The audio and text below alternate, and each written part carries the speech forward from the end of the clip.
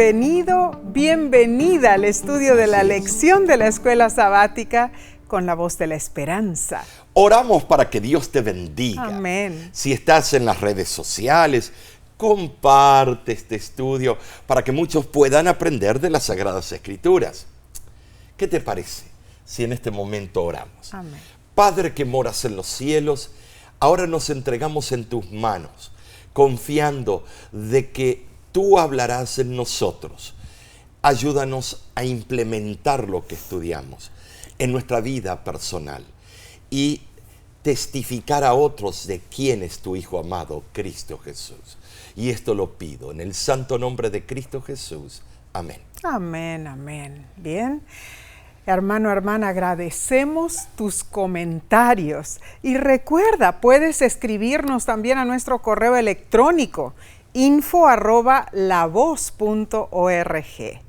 Bien, hoy saludamos a la hermana Ana María Pereira, quien nos cuenta desde Argentina. Soy resultado de que mis padres escucharon la voz de la esperanza por la radio. En 1958 me anotaron para estudiar las lecciones del curso bíblico infantil de la voz de la esperanza y vino un pastor a traerme un certificado. Luego mis padres estudiaron la Biblia y nos bautizamos. Hoy es una emoción mirar los repasos de la escuela sabática con mi esposo Benjamín. Somos espiritualmente felices con esta manera propicia de enseñarnos. Los queremos mucho y les agradecemos.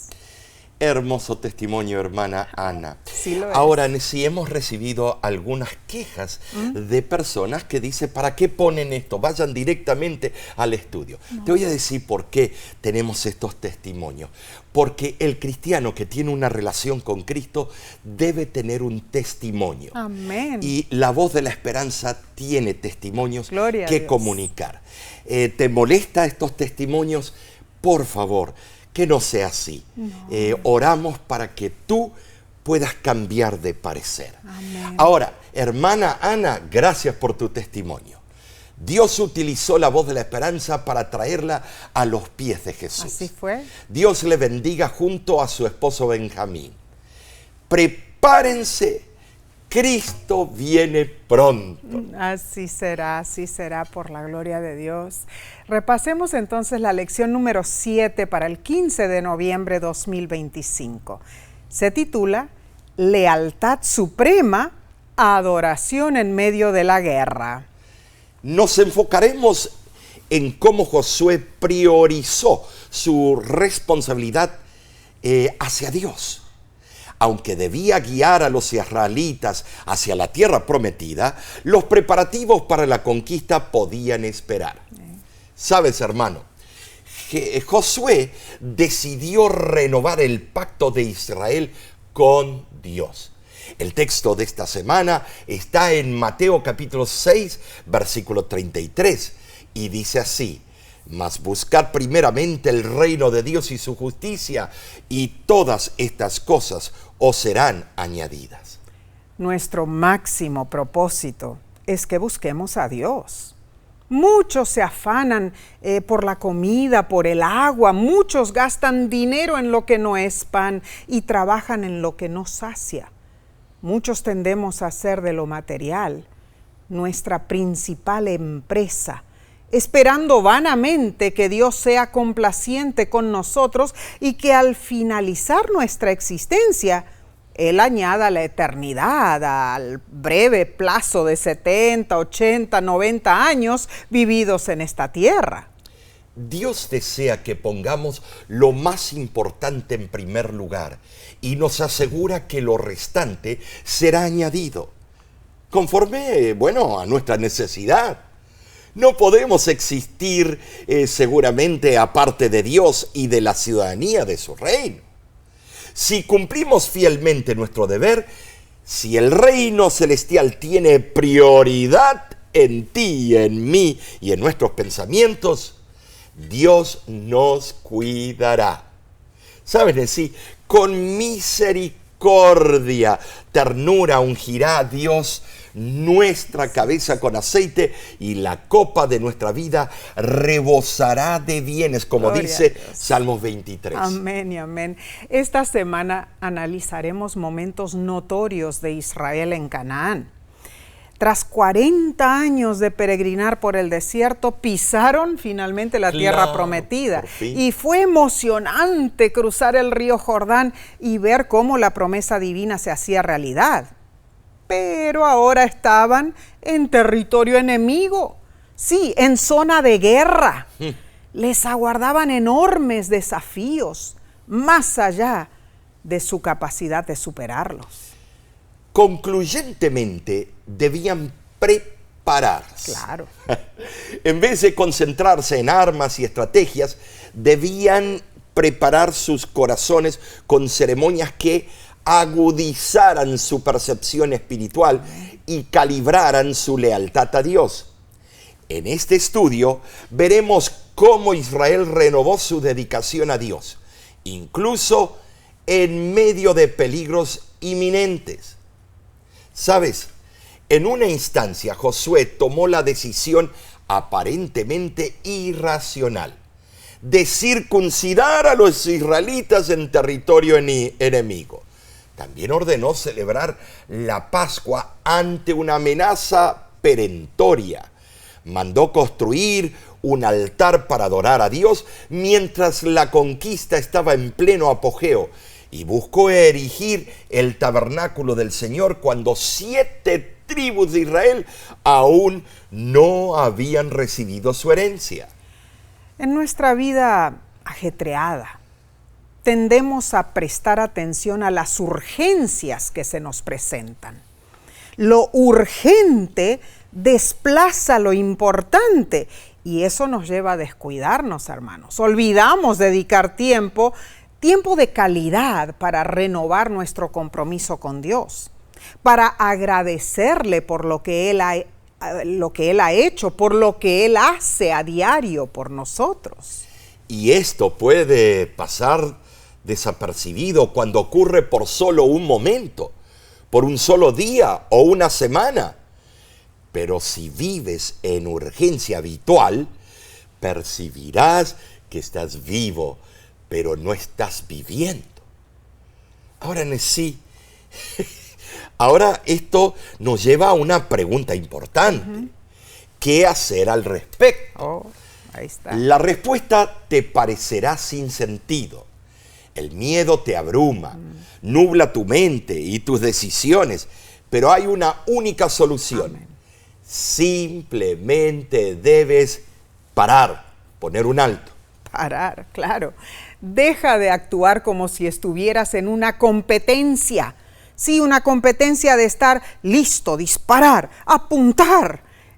Hermano, hermana, aprende a cambiar tu agenda de 90% urgente y 10% importante a un compromiso que más bien sea 90% importante y solo 10% urgente. Muy bien. Es difícil lograrlo, pero es un consejo muy sabio. Hermano, hermana, 10% es lo que ocurre en tu vida, pero 90% es cómo tú eliges responder a tu vida. El no ocuparte de lo importante es el principio del fin. ¿A qué me refiero cuando menciono esto, Omar? Bueno, a tu relación con Dios, hermano, hermana. El culto matutino y vespertino, el altar familiar donde creces espiritualmente, parecen estar fuera de contexto en tu vida sobrecargada. ¿Por qué? Porque estás impulsado por la comodidad, por el logro de la urgencia, el ahora, el ya, la riqueza. Pero en profundo sabes que los momentos que pasas con Dios y tus seres queridos son la mejor inversión de tu tiempo. ¿No lo crees, Nesí? Oh, claro que sí. Como hijos de Dios necesitamos reconocer lo que es importante y decidir hacerlo primero. Claro, hay cosas urgentes que no pueden esperar, como cuando la vida de alguien está en peligro, pero la mayoría de lo que consideramos importante puede esperar, hermanos. Es una decisión que podemos tomar hoy mismo. Analicemos entonces el estudio del domingo 9 de noviembre, titulado El pacto en primer lugar. Los últimos meses y años hemos hablado mucho del pacto. Cierto. Pero es que hay que remachar. Claro. Hay que volver a refrescar los pensamientos. Los rituales desempeñan un papel fundamental al conmemorar eventos importantes de la vida, incluso en la actualidad. ¿Sabes, hermano? Los rituales abarcan la familia, la escuela, el trabajo y el contexto religioso. No fue casualidad que Dios usara el poder del ritual para transmitir los aspectos esenciales de su plan a la humanidad.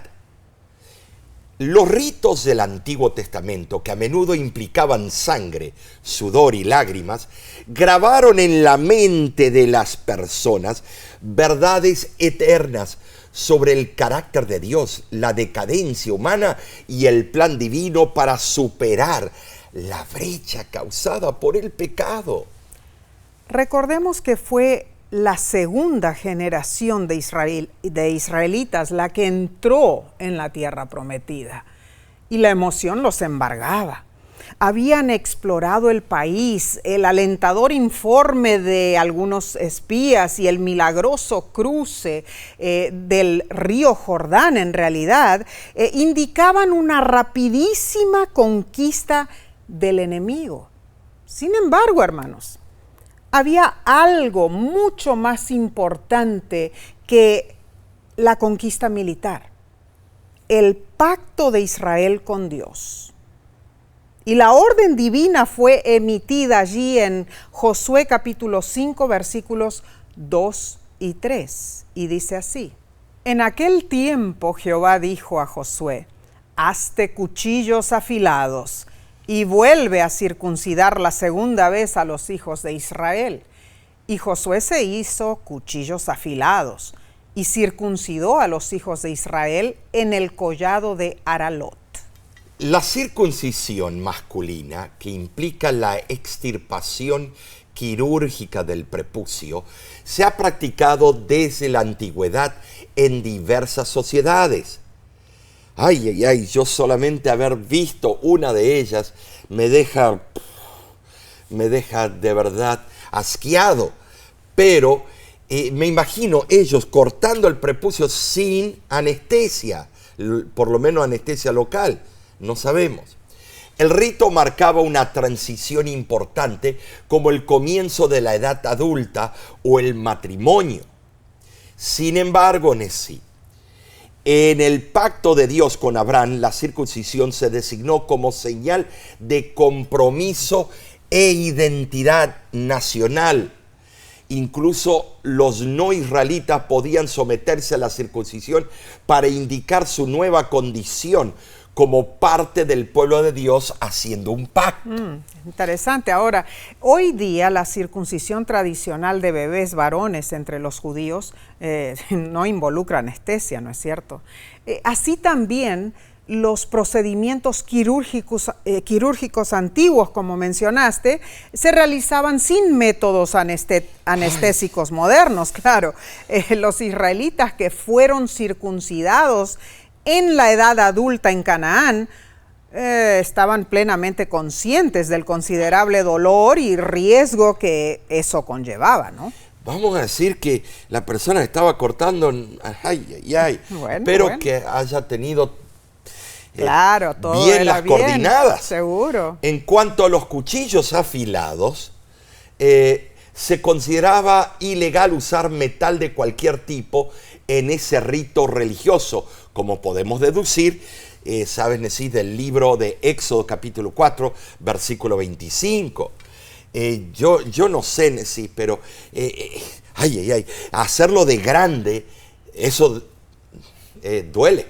Los egipcios, durante el embalsamiento, veían profano utilizar cualquier clase de metal para hacer incisiones en el cuerpo humano. Y aún hoy, En ciertas partes de Etiopía, el rito de la circuncisión se realiza con cuchillos de piedra. Así es. Ahora, Omar, no debe entenderse aquí una orden de repetir la circuncisión en quienes ya la habían practicado. Porque ya no había prepucio. La orden implicaba entonces una renovación de la observancia del rito que no se había realizado durante los años de peregrinación. Ahora, comentaristas bíblicos, hermanos, han sugerido que la primera vez la circuncisión acaeció antes que Israel partiera de Egipto. Y en esa ocasión se celebró la Pascua por primera vez. Según las instrucciones dadas, ningún varón incircunciso podía comer en la Pascua. Al entrar en Canaán, los israelitas estaban renovando su pacto con Dios. Por eso se les pidió una vez más que adoptaran la señal de ese pacto. Ese rito externo debía representar la verdadera circuncisión del corazón, como lo afirma Romanos, capítulo 2, versículo 29. ¿Saben si el desierto había sido el escenario de desconfianza, murmuración y rebelión contra Dios? Ahora, en obediencia a sus instrucciones, debían comenzar una nueva vida de fe y obediencia.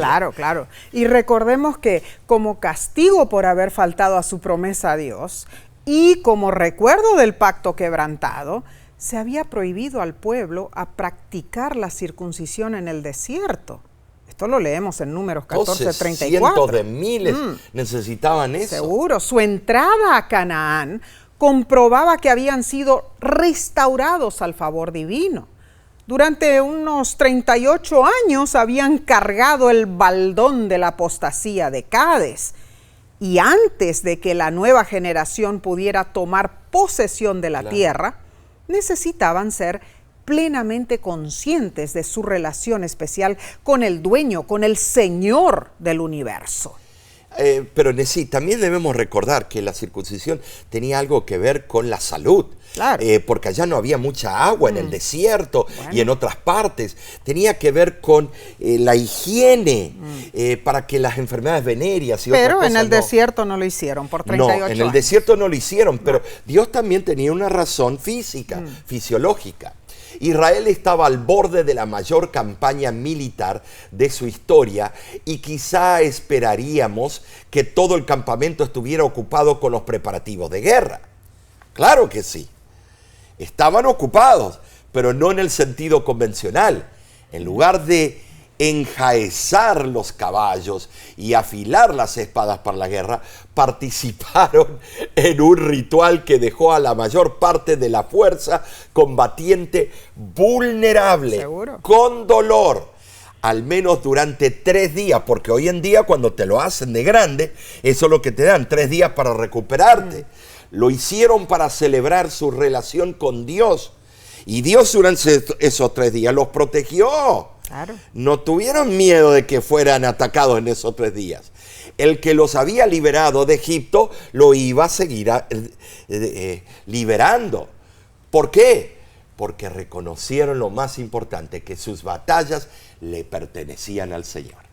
Tremendo. Entonces, en nuestros días, sí, en nuestro caso, nuestro pacto con Dios debe incluir ese mismo reconocimiento de lo que es más importante. Nuestro pacto con Dios debe ser una respuesta de gratitud por lo que Él ha logrado por nosotros. Nunca debemos intentar obtener ningún beneficio, hermano, hermana, mediante una conformidad religiosa legalista. Como adventistas del séptimo día, en lugar de la circuncisión, solemos practicar el rito del bautismo.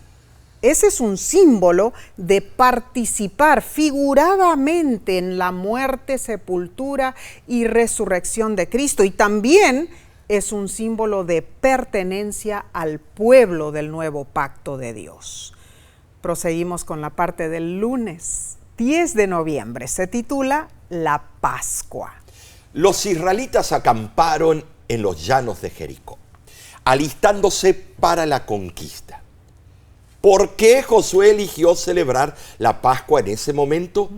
A pesar de la urgente e inmensa tarea de la inminente guerra para tomar la tierra prometida, los hombres se habían circuncidado y habían sanado. Y la segunda actividad importante que tuvo precedencia a la conquista fue la celebración de la Pascua, la cual ocurrió al atardecer del día 14 del mes, siguiendo las instrucciones divinas. Así fue. El significado simbólico de la observancia de la Pascua recibe énfasis especial. Claro. Porque los acontecimientos del libro de Josué reflejan los eventos del Éxodo. La Pascua evocaba la noche de la 10ª plaga, cuando el ángel de Jehová destruyó a los primogénitos egipcios y perdonó a los israelitas. A eso le siguió el éxodo de Egipto, el cruce del Mar Rojo y la travesía por el desierto. En contraste, la historia de la segunda generación de israelitas comenzó en el desierto, continuó con el cruce del Jordán, incluyendo la circuncisión y la celebración de la Pascua, y condujo al momento crucial cuando se esperó otra intervención milagrosa de Dios contra los enemigos de Israel, los habitantes de Canaán. ¿Sabes? Para esa segunda generación, la celebración de la Pascua marcó el comienzo de una nueva era en la historia de Israel. Central al ritual estaba el sacrificio del cordero. El símbolo del cordero sacrificial y la ceremonia de la Pascua eran importantísimos para esa segunda generación. El sacrificio era un acto simbólico en dos sentidos. Primero, simbolizaba la liberación del primogénito, porque el cordero era sacrificado en lugar del primogénito israelita, sirviendo como sacrificio sustitutivo. Segundo, todo el ritual rememoraba la experiencia del Éxodo cuando fueron liberados de la esclavitud. ¿Sabes?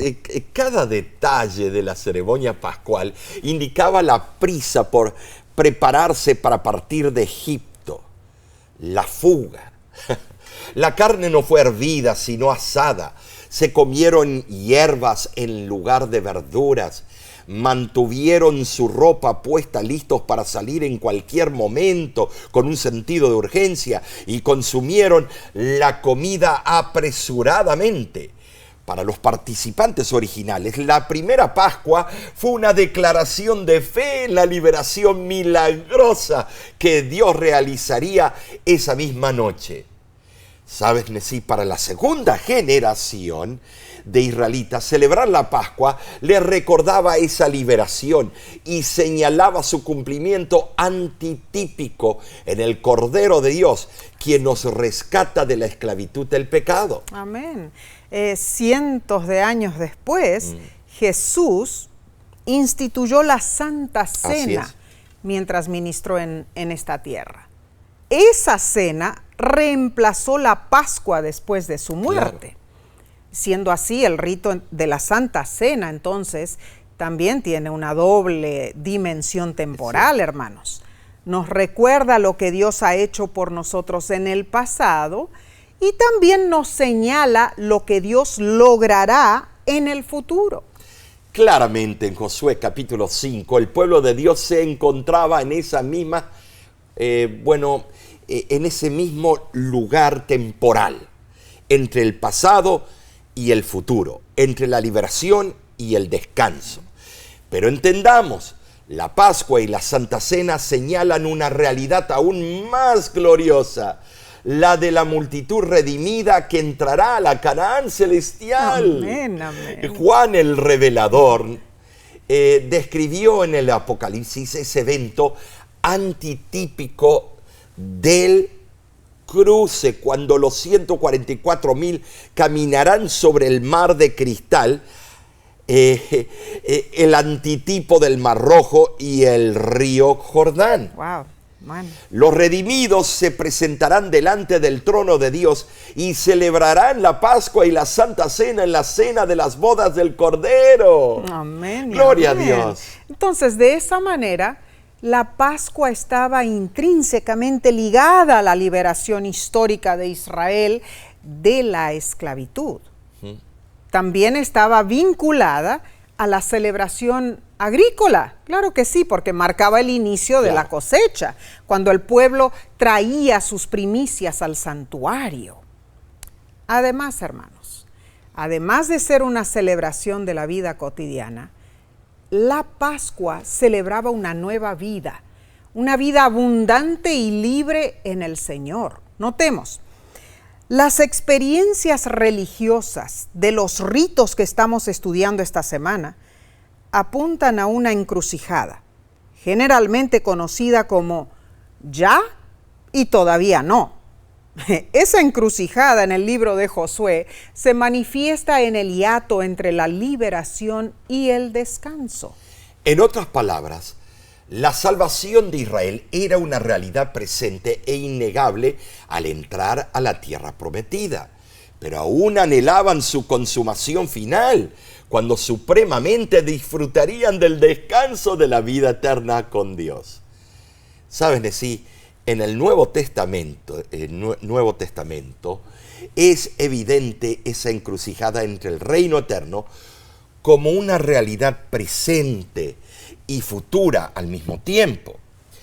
En verdad, el reino de Dios, el reino de la gracia, ya ha sido establecido.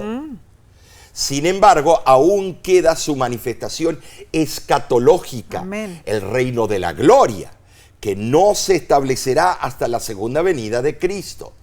Todos añoramos ese momento crucial, mis hermanos. Amén y amén. Entonces la lección nos pregunta, cuando no estamos celebrando la Santa Cena, ¿cómo podemos mantener presente la realidad de la cruz, Omar? ¿Podrías comentar? Bueno, Nesí, cada día debemos contemplar la obra que Cristo hizo. En su sacrificio nos muestra y nos lleva a tener una disposición de pensar, ¿sí? Y actuar correspondientemente. Nuestro crecimiento espiritual es una relación de contemplación y una relación de amor con aquel que lo dio todo por ti y por mí. Claro que sí, maravillosamente explicado. La Santa Cena, hermanos, nos insta a estar entonces en comunión con Dios. Claro. Hermano, hermana, vivamos en pensamiento y en acción. Vivamos en oración y fervoroso trabajo para hacer la obra del Señor. Reflexionemos diariamente en la vida de Jesús, empapémonos de su amor, su gracia, estudiemos la Biblia, pongamos a Dios en primer lugar. Amén. Pasemos al estudio del martes 11 de noviembre titulado Altares de Renovación. Y esto se pone bueno. El altar es crucial en el sistema ritual del Antiguo Testamento. Sí, lo es. Desempeñó un papel importante en la adoración durante la época patriarcal. La primera mención de un altar aparece en Génesis 8:20, pero el primer sacrificio está implícito en Génesis 3:21, cuando Dios mismo sacrificó un animal para proveer pieles como vestimenta para Adán y Eva. Qué tristeza le habrá traído en su corazón. La verdad. Y siglos después, vemos a Josué liderando al pueblo de Israel, ordenando la circuncisión de los hombres, dictaminando que se celebrara la Pascua y mandando erigir un altar. Ahora, leamos Josué 8, versículos 30 al 31. Entonces Josué edificó un altar a Jehová, Dios de Israel, en el monte Ebal, como Moisés, siervo de Jehová, lo había mandado a los hijos de Israel. Ese altar ratificó el pacto, renovó el compromiso del pueblo con Dios. Israel había finalmente triunfado su peregrinaje por el desierto y Dios expulsaría a las naciones cananitas para darles la tierra prometida. ¿Sabes? Era un momento oportuno para que los israelitas interrumpieran su campaña militar y renovaran su pacto ¿con quién más? Con Dios. La orden divina era que los israelitas se reuniesen en asamblea solemne en los montes Ebal y Gerizim. Debían nuevamente dar lectura a la ley. Esos principios divinos y preceptos debían escribirse en piedra para ser colocados en el centro del país, para que pudiesen leerlos tanto los israelitas como los otros pueblos. Y Dios extendió a las naciones circunvecinas de esa manera una invitación para que ellos conocieran sus propósitos divinos y se unieran con su pueblo. El monte Ebal distaba unos 30 kilómetros de la ciudad de Ai. Yacía al norte del monte Gerizim. En la distancia más corta entre los dos montes hay un valle de más de 500 metros de ancho. Desde allí se ve el estrato de piedra caliza de los montes, formando una especie de anfiteatro natural en cada lado. ¿Saben decir? Allí Abraham había levantado su primer altar en la tierra prometida. Claro. Interesante eso. Claro que sí. Josué y todo Israel dejaron su campamento en Gilgal, bueno, tal vez al cuidado de centinelas, Claro. ¿no?, para ir y realizar el sagrado servicio para renovar el pacto. Ahora, lógicamente, los israelitas estaban ansiosos por establecerse en sus propias casas, me imagino, Claro. ¿no? Pero la conquista tuvo que detenerse. ¿Por qué? Porque debían asistir a esa solemne ceremonia y luego regresar a Gilgal. Así aprendieron que la prosperidad viene cuando se pone a Dios en primer lugar. En Ebal y Gerizim, ciertas protuberancias rocosas forman especies de púlpitos naturales, desde donde la voz de un orador podía oírse en todo el valle. Así era. Fíjate cómo Dios Tremendo. estratégicamente eligió ese lugar. Tremendo. Las instrucciones divinas estipulaban levantar un altar en el monte Ebal, el monte de las maldiciones, Deuteronomio 27, 4 al 5. ¿Por qué? Ese era el mandato divino. Claro. El pueblo se reunió, 6 tribus de cada lado del valle. Al leer cada bendición del pacto, las 6 tribus que estaban en el monte Gerizim, al lado opuesto, debían responder diciendo amén. Así fue. Me da no sé qué, cuando hay predicadores o iglesias que no quieren que se diga amén, porque eso es muy de esa religión o del otro. No, amén es una palabra divina, Claro. una palabra que emana del trono celestial. Claro. Igualmente, al leer cada maldición, las 6 tribus que estaban en el Ebal debían exclamar amén. Wow, increíble, ¿no es cierto?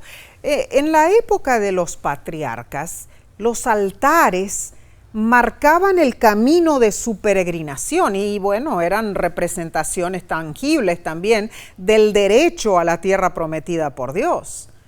Entonces, al erigir un altar, los israelitas testificaron del cumplimiento de las promesas dadas a sus antepasados. Notemos, hermanos, la construcción del altar cumplió directamente las instrucciones dadas por Moisés en Deuteronomio, en los capítulos 11 y 27. Notemos que Josué 8, 30 al 35, desempeña un papel importantísimo en la configuración del mensaje teológico del libro. Al vincular las historias horripilantes y violentas de la guerra con algo totalmente diferente, una escena de reafirmación del pacto, Josué nos transporta ahora, por ese medio, a uno de los temas teológicos más importantes, explicados en su libro desde el principio. Josué era responsable de guiar a Israel a una vida de obediencia al pacto. Definitivamente, más vital que cualquier guerra o conquista es la lealtad a los requisitos de Dios. La conquista era solo parte del cumplimiento del plan divino para Israel y la restauración de la humanidad. Pero la fidelidad a los principios divinos constituye la cuestión fundamental para el destino salvífico del ser humano. Vemos, Omar, que Josué escribió una copia en piedras blanqueadas, ¿no es cierto?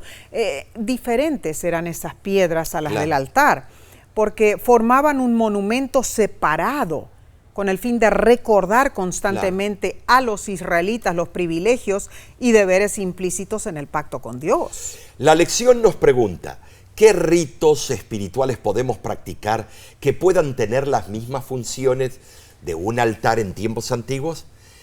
¿Podrías comentar tú sobre eso, Nessie? Bueno, Omar, altares modernos para Dios, la oración, la meditación en la vida de Jesús, el estudio de las Sagradas Escrituras son altares modernos.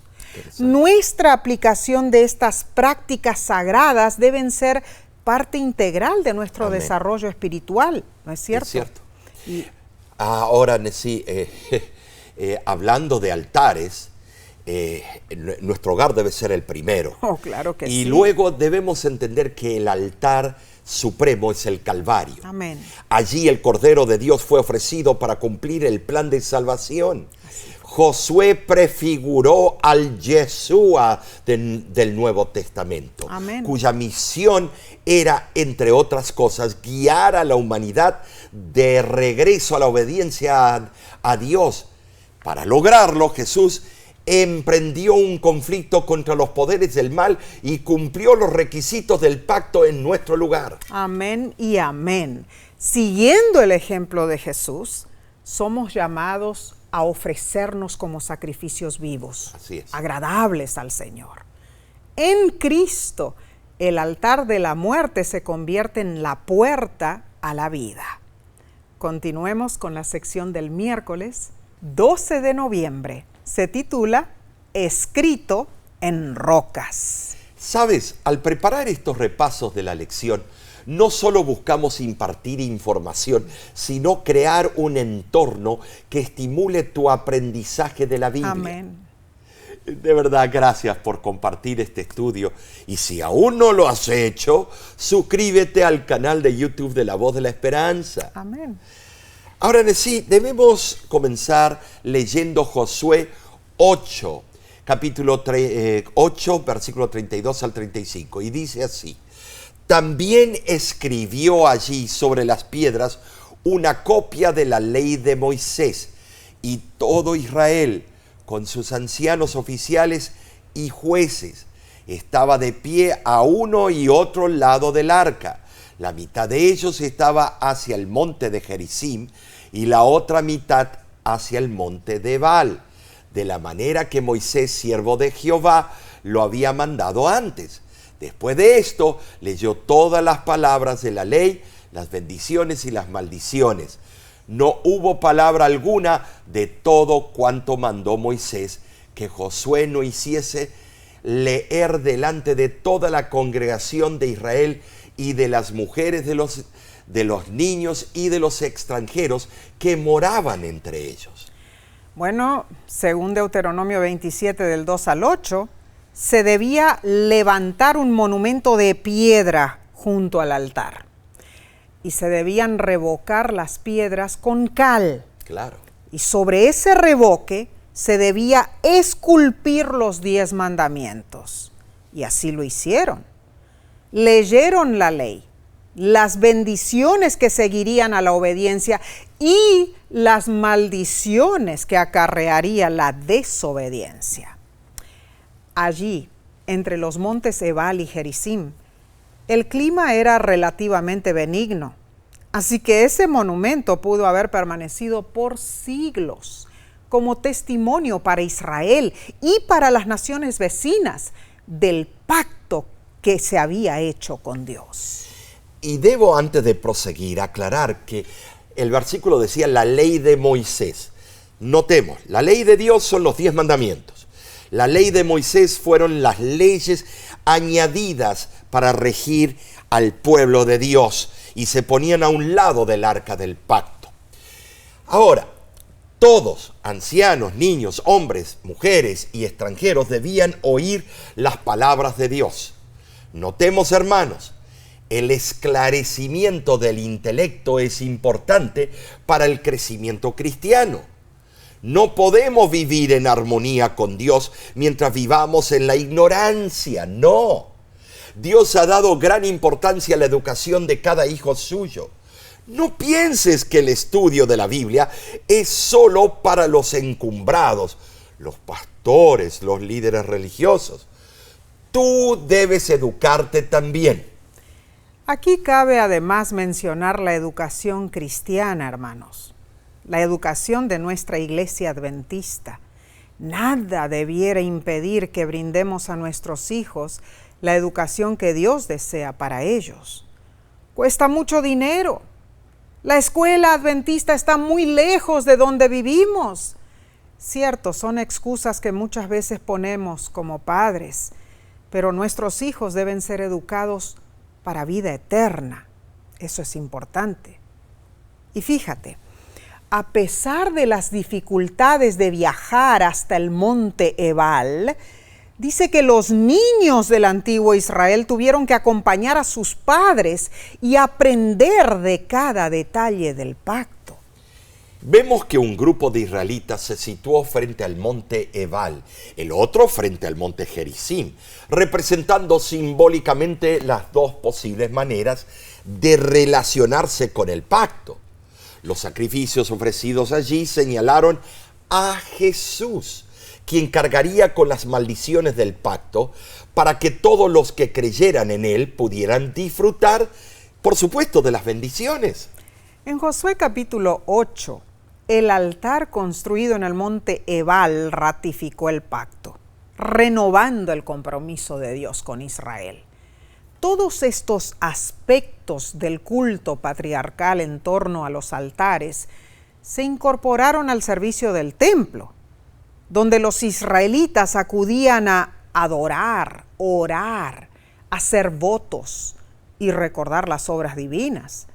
Allí ellos también confesaban sus pecados a Dios y buscaban su perdón. Ahora, ¿por qué se necesitó escribir una copia del pacto en un monumento visible para todos? Es que tendemos a ser olvidadizos. Abarrotamos las exigencias abrumadoras de nuestra vida cotidiana en cortos periodos de tiempo. ¿Saben? Sí, inevitablemente olvidamos cosas que no se repiten con frecuencia e intensidad. Por ejemplo, te amo. Claramente, en cada Santa Cena que participamos, tenemos una ocasión especial para renovar nuestra dedicación a Dios y nuestro compromiso de alianza con Él. Claro que sí. Y sería bueno percibir estas ceremonias no solo como oportunidades para reconsagrarnos individualmente, cierto, Omar, sí, sino también para renovar colectivamente nuestra lealtad a Dios.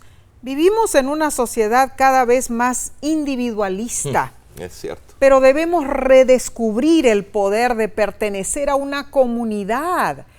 Esa comunidad que comparte nuestra misma cosmovisión, nuestros mismos valores, nuestras mismas creencias y nuestra misma misión.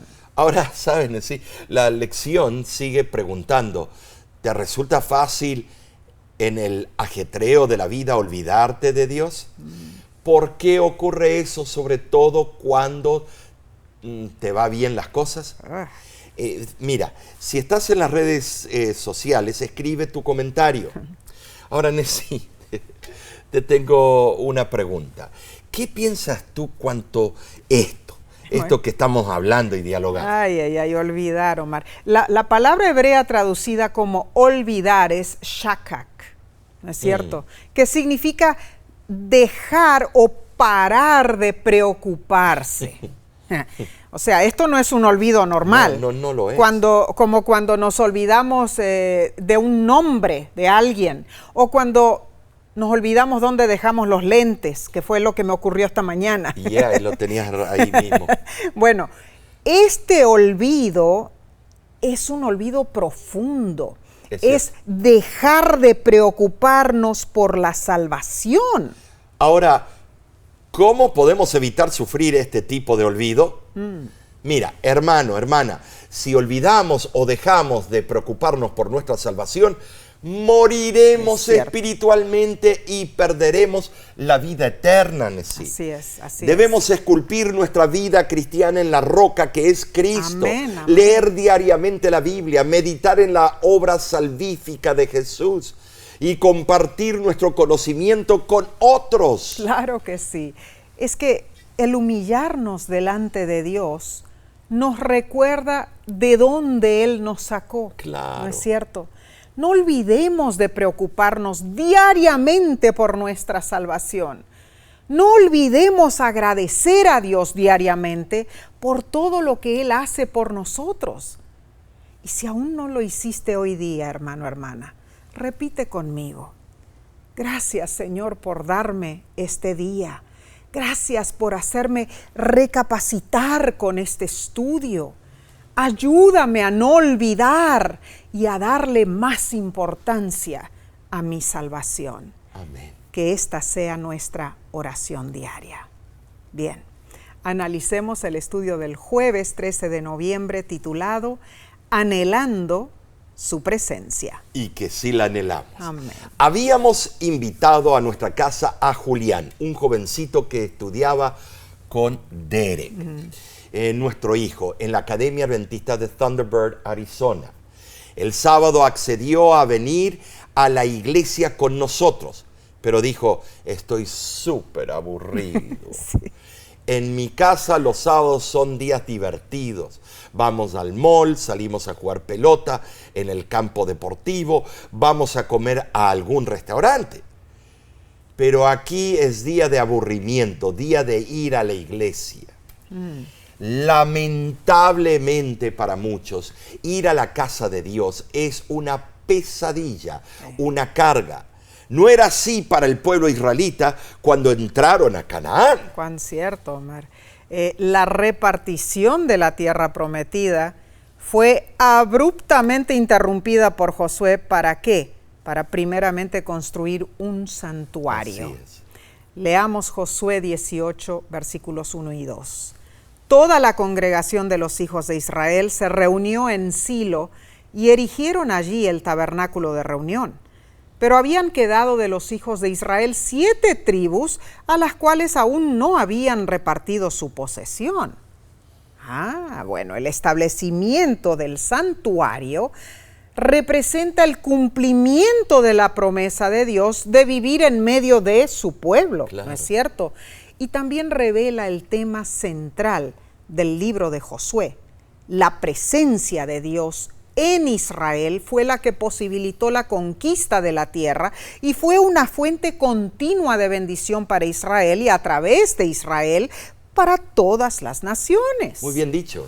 Evidentemente, la adoración a Dios era importante y preeminente, incluso por encima de la conquista y la repartición de la tierra. ¿Sabes? Dios eligió Silo como el sitio donde establecer su morada. Hay 3 razones para la conveniencia de ese lugar. Primero, era central. Segundo, estaba protegido y aislado. Y tercero, estaba en el territorio de la tribu de Efraín, a la cual pertenecía Josué.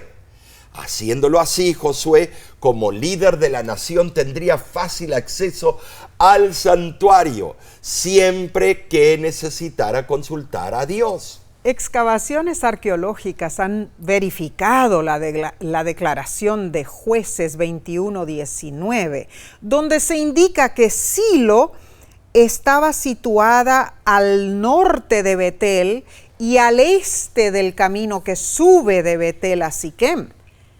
Era la ubicación más central para todas las tribus de Israel, y allí permaneció el arca del pacto durante unos 300 años, hasta que fue tomada por los filisteos en la época del sacerdote Elí, como explica 1 Samuel 4, del 1 al 11.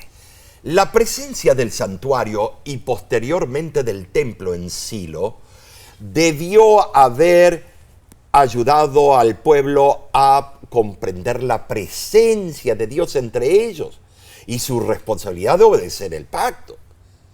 El tema del santuario envolvió la narrativa del libro de Josué a través del arca del pacto, el principal mueble del lugar santísimo. ¿Saben? Sí, claramente aquí nosotros vemos que al situar la construcción del tabernáculo en el punto focal de la distribución de la tierra, Josué demostró que todo en Israel giraba en torno al santuario, claro, a Dios, la sede terrenal de Jehová. Aunque estaban en una zona de guerra, su máxima lealtad a Dios prevaleció sobre todo lo demás. Cierto. Como debe ocurrir también con nosotros. ¿Qué prioridades tenemos nosotros? Amén, amén. Wow. Esta lección fue importantísima porque nos enseña que debemos aprender del libro de Josué. ¿Por qué? Porque nosotros vivimos en el antitípico día de la expiación. Claro. Porque fijamos nuestra mirada en el santuario celestial.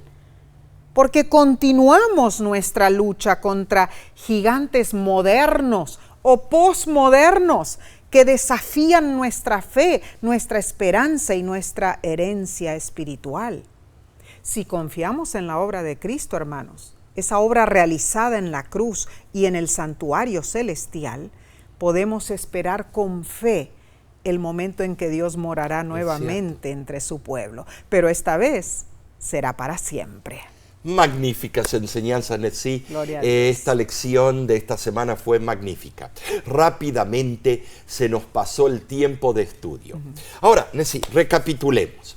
En primer lugar, nuestro pacto con Dios debe incluir el reconocimiento de que las cosas celestiales son las más importantes. Número 2, el rito de la Santa Cena reemplazó la Pascua después de la muerte de Jesús y nos recuerda lo que Dios ha hecho en el pasado, señalando lo que Dios logrará en el futuro. Número 3. Los altares eran importantes en la experiencia religiosa del pueblo de Dios en el pasado, pero el Calvario es el altar supremo. Amén. Y allí el Cordero de Dios fue ofrecido para cumplir el plan de salvación. Número 4.